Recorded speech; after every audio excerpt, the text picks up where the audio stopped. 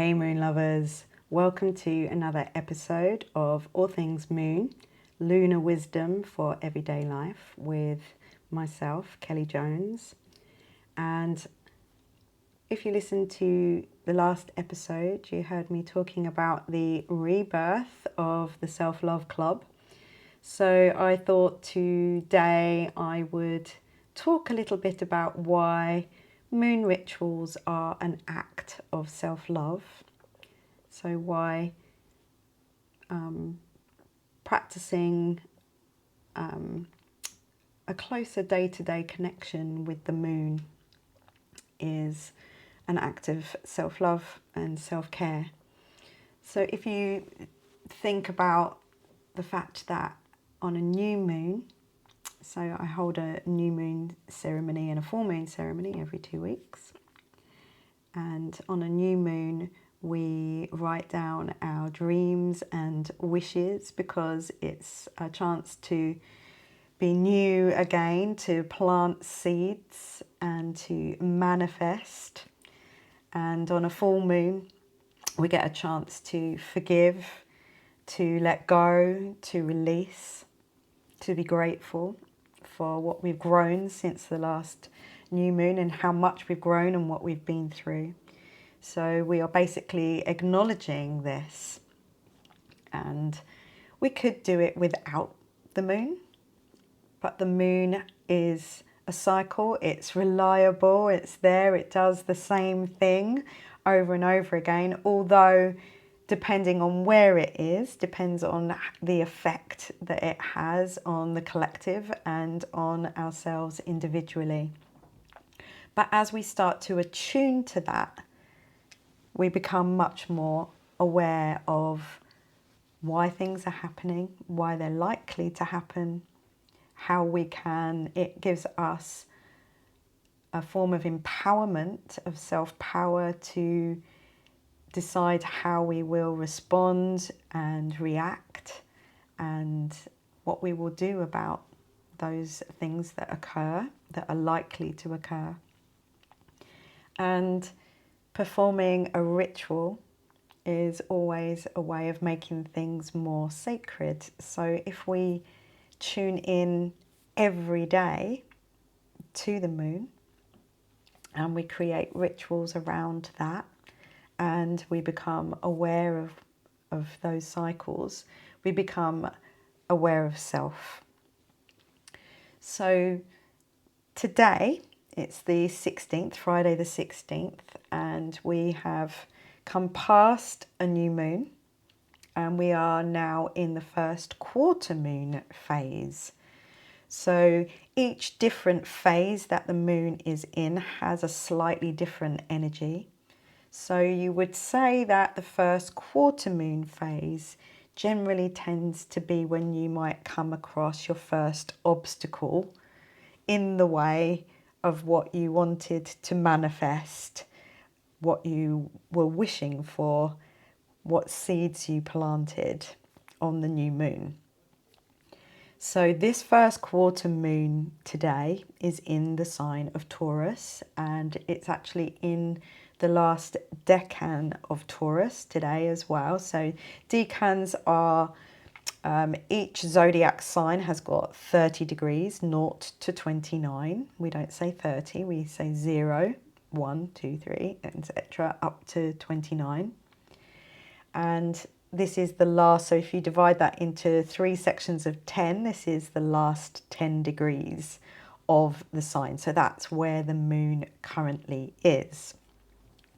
So on the day of the new moon was in Aquarius. And now it has moved on because the moon moves through every sign every month, every 30 days, 29 to 30 days. And so we're currently in the first quarter moon in Taurus. So the challenges that we may come across will have a Taurian flavour to them. So what is the first quarter moon? So at this stage, the whole right side of the moon is illuminated, because the sun and the moon are still side by side. So when you have a new moon, they're conjunct, if you like, next to each other. And they're still side by side as the moon is moving away from the sun. The right side of the sun is illuminated. So what does that mean? So this is thought to be the stage of where we come across obstacles and challenges. Or if you like, it's a time to pause. It's the pause phase in the lunar cycle, a time when maybe a challenge or a decision that we have to make or an action that we have to take comes into play. And largely, this should be a time of reflection. So you take a pause to reflect regarding your intentions and their obstacles. So maybe we would sit down today on the first quarter moon with our journals, look at what we'd written down for our wishes and dreams for this moon phase. And that would probably, if you come along to one of my new moon ceremonies or full moon ceremonies, I'm always going to tell you which house area, which area of your life that moon energy is most likely to show up. So we try to sort of think about our dreams and manifestations and wishes that we want around that house area as well, so that we're staying on point, if you like, a lot more chance of getting something sorted out or something to come to fruition by the next full moon around that area of your life.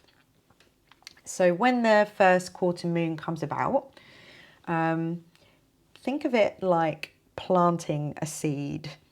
So the plant or the seed has passed the initial stages of survival, and it's now sending down its roots by firmly, fixing itself into or anchoring its life force into the soil.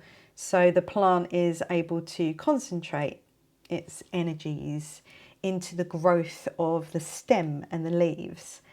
And at the moment, I like to give you some real life examples.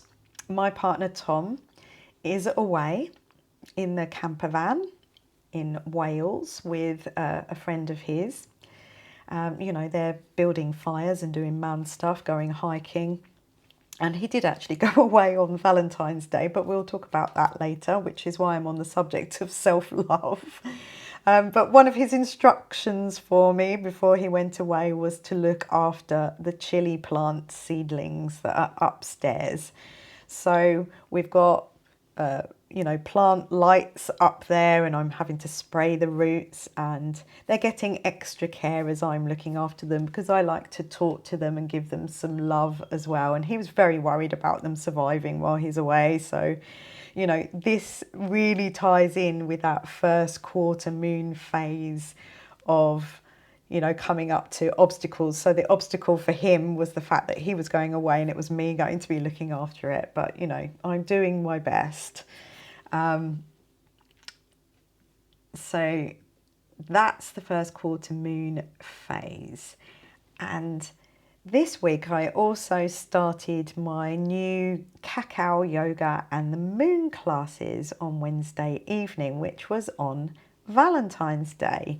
And I did put a post out on social media talking about how do you feel about Valentine's Day, Saint Valentine? There is some history and mythology in there. It's all very doubtful, and it actually has got a bit of a dark side if you look into it.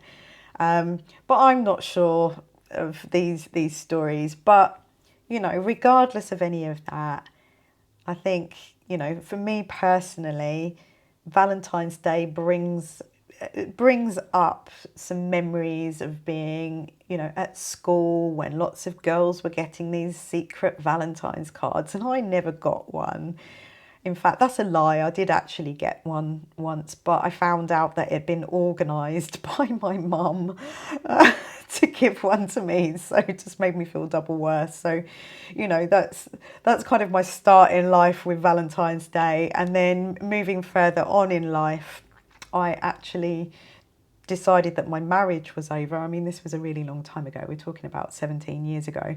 But I decided my marriage was over on Valentine's Day, and my soulmate cat, Sweep, he passed away not long after Valentine's Day in February. So this month, you know, it doesn't have lots of happy memories, but in between all those times, when I was living the single life for quite a long time, for about 12 years, my friends and I, my single friends, we used to have Embrace It and Not Be Bitter Day. And we would, you know, go to the shops and buy some of this commercial rubbish that you buy, and have an evening with each other, you know, string heart lights up and, you know, share a bottle of bubbly and eat chocolate together. And, you know, rather than be bitter about it, we'd embrace the whole thing as being a day of self-love and loving our friends. So my Strala yoga class, my cacao yoga and the moon class started on Wednesday, and I put it out there, you know, come and give yourself some self-love time. So that class was as we were coming into the first quarter moon. So what I like to do with the yoga is it is inspired by that phase of the moon. So with this phase of the moon being a time of maybe a bit of challenge and growth, unlike a dark moon and a new moon phase where we might do a very yin, very restful, very slow moving class, I actually added in some more challenging things into the class, but using the Strala method and ethos of making hard things easy. So doing things with a sense of ease and calm, being movable and not rigid, allowing our breath to move us and soften us so that we become aware of how we feel.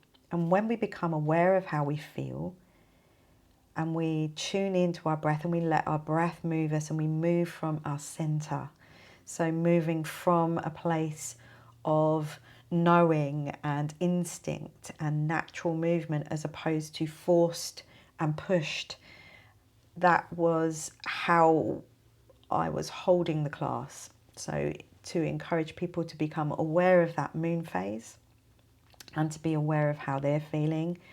And if something is challenging, to find a way of making it more sustainable, easier on yourself so it feels better. It's a practice. And interestingly, I had two ladies in the class who were kind of the opposites. One lady was a yoga teacher, and the other lady has only just started any kind of exercise.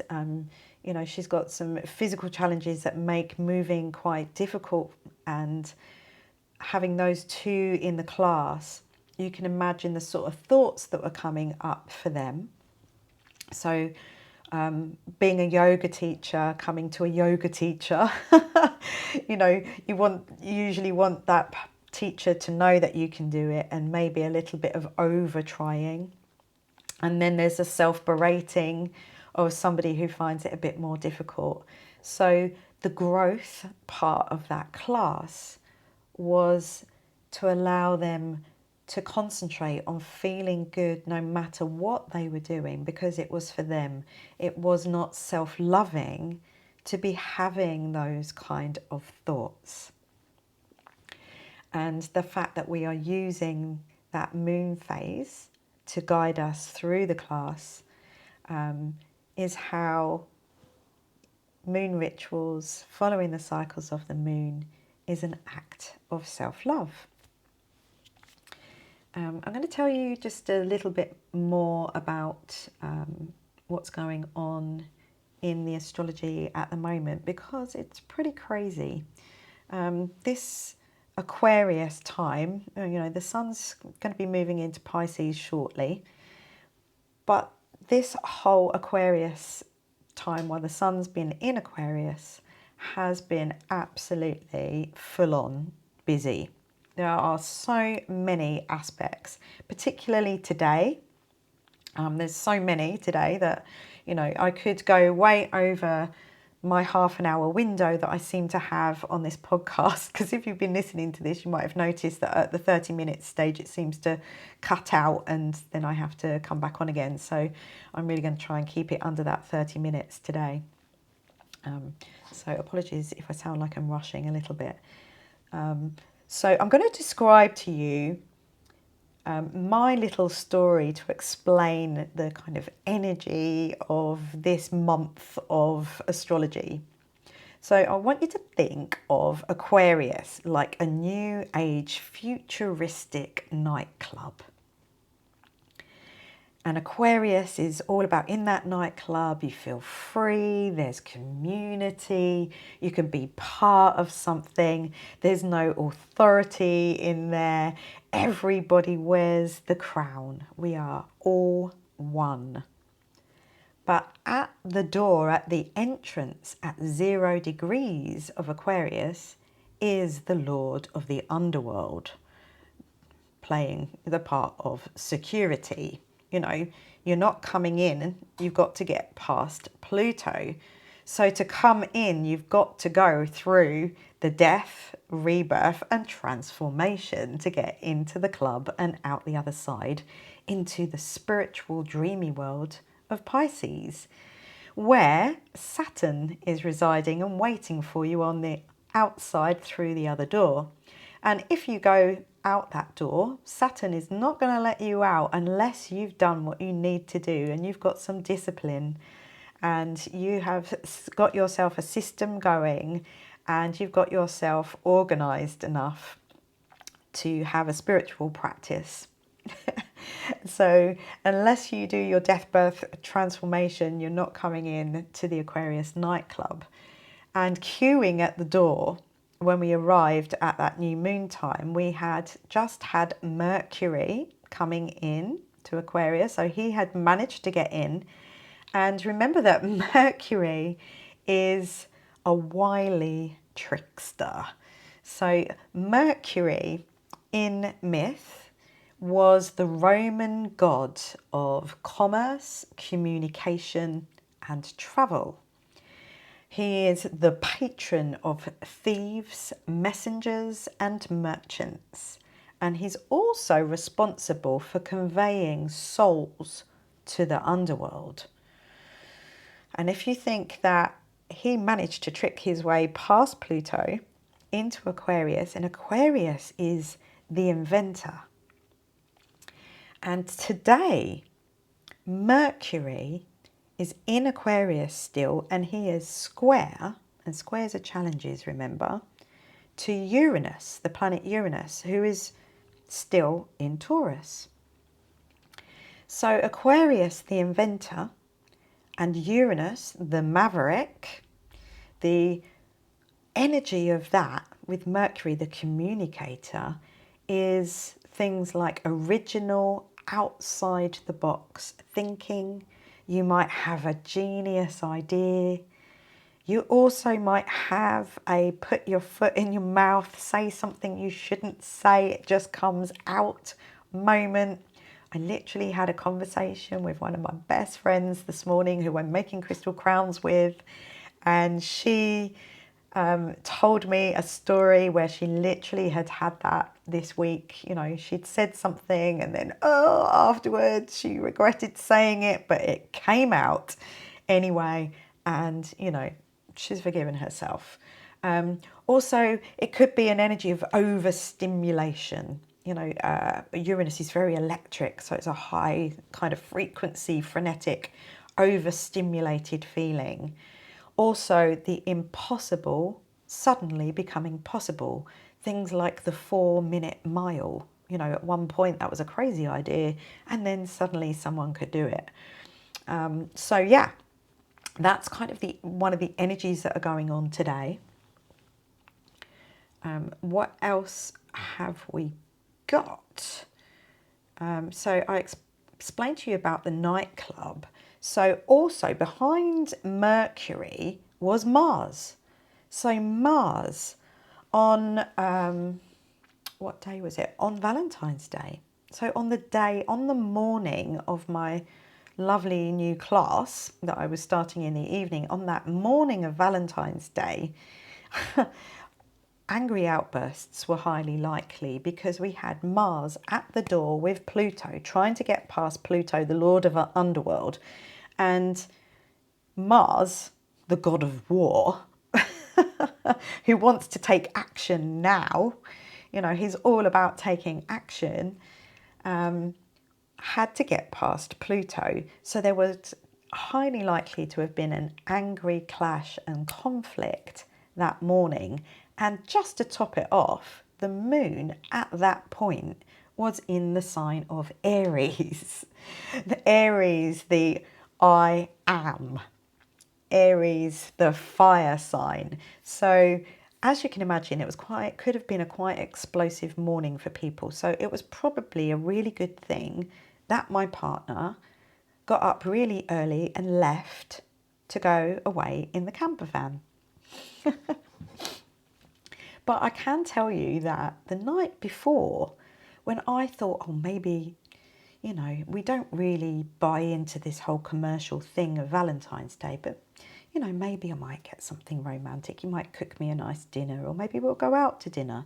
But actually what happened is he came in and asked me if I minded having takeaway, having a Chinese takeaway. And I think he saw my physical reaction to that. But sometimes, you know, these little angry feelings, you know, I was very calm. I didn't explode. I knew that that was likely. So I just sat there. I did a nice big strahl of breath. I softened and I utilised that little bit of angry feeling that I had to instigate some action. So what I actually did, what I had been trying to do for quite a while and failing miserably, was I managed to find myself and book myself a flight to Egypt. So I'm actually going to Egypt on Monday morning, flying out early Monday morning and coming back on Friday because a really amazing friend of mine is living out there at the moment. She's house sitting, cat sitting, and she's only going to be there until the end of the month, which we do have an extra day this month, being a leap year. We've got until the 29th. But time was running out for me for that to be possible. But sometimes, you know, these little energies are useful for taking a positive action. So I'm super excited today, slightly anxious as well, because I haven't been away since 2020. But I needed to get out of Groundhog Day. I needed to do something exciting. I needed to do an act of self-love, which entailed me getting out of my comfort zone. You know, that comfort zone, when you don't do something for ages, you've got to go through that little uncomfortable thing. And I explained that in my yoga class as well. For somebody who hasn't done any exercise at all, you've got to go past that uncomfortable bit to get to the place where you feel better. And once you get that feeling of feeling better, it makes it easier to do it again. So hopefully, once I've done this trip, I'll be doing more. And finally, the last planet that was at the door, who is just about to enter, is Venus. So Venus is coming in to bring a little bit of yin to the yang of Mars and a bit of harmony into the mix. So Venus coming in is an invitation to reimagine our approach to love, how we approach relationships, and also our finances. So as we know, Aquarius being futuristic, Venus being about love, beauty, our values, and also money. We're going to notice that Aquarius, futuristic, Uranus type AI thing coming in around finances, around money. And also the values by which we live our lives. So Venus in Aquarius, this transit is an opportunity to notice in what ways we might feel drawn to conform, to appease, to give up our truth in exchange for being accepted, to be part of the group, to have validation, and an illusory sense of belonging. So it's going to highlight that. So no more appeasing, let's use this energy to do what we want. So when I was sitting with my finger hovering over the button to book a flight, my friend who I'm going to see, she sent me a message saying, "What's stopping you, Kelly?" And what was stopping me was partially to do with money. And, if I spend the money, will I get it back again? Will there be more money? And also appeasing Tom in a way by, I knew it would upset him a little bit if I went on an aeroplane without him, because he hasn't been away since 2020 either. But, he's in a camper van in Wales. But, this is the Cancerian in me, people pleasing, keeping everybody happy except myself. So the act of self-love, using this Venus energy to help me, and the Mercury and the Mars, to get past this sort of, this imaginary fear. And the other part of it was actually going to the airport. I really don't like authority. And if you look at my birth chart, you would see why. I have my Pluto in the 10th house. And so it really means that I don't like being told what to do. So yeah, self-love. So the rebirth of the Self-Love Club, and I started quite a long time ago. It's just about to start again. Some new classes are coming up in March, and they're in-person classes where you've got to sort of live locally to me to come along. But the next moon ceremony falls on the day after I get back. So I get back on the 23rd, and there will be a full moon in Virgo. My moon is in Virgo, so that's where my inner world shows. So that full moon is in Virgo on the 24th. That will be from 8 till 9:30 UK time. So just go to the links for my website to book on. It's only £11 and 11p to join in, so it doesn't cost too much. And if you're really struggling, send me a message. I always try and work out a way if you really, really want to join in. And we'll see what's coming up as all these planets are going to be making their way into the lovely spiritual watery sign of Pisces. And I'll be able to tell you all about my trip to Egypt. So I'm hoping that this has served you in some way today. And apologies again for my slightly inconsistent podcast. I'd love to do it weekly, but my life just isn't regular. And, I am a high yellow personality who doesn't do discipline very well. But I do my best to bring you something when I can, and doing it when I feel that I can as well, rather than trying to force it, because that is not an act of self-love. So much love to you. Keep tuning in with the moon, and I look forward to speaking to you all again real soon.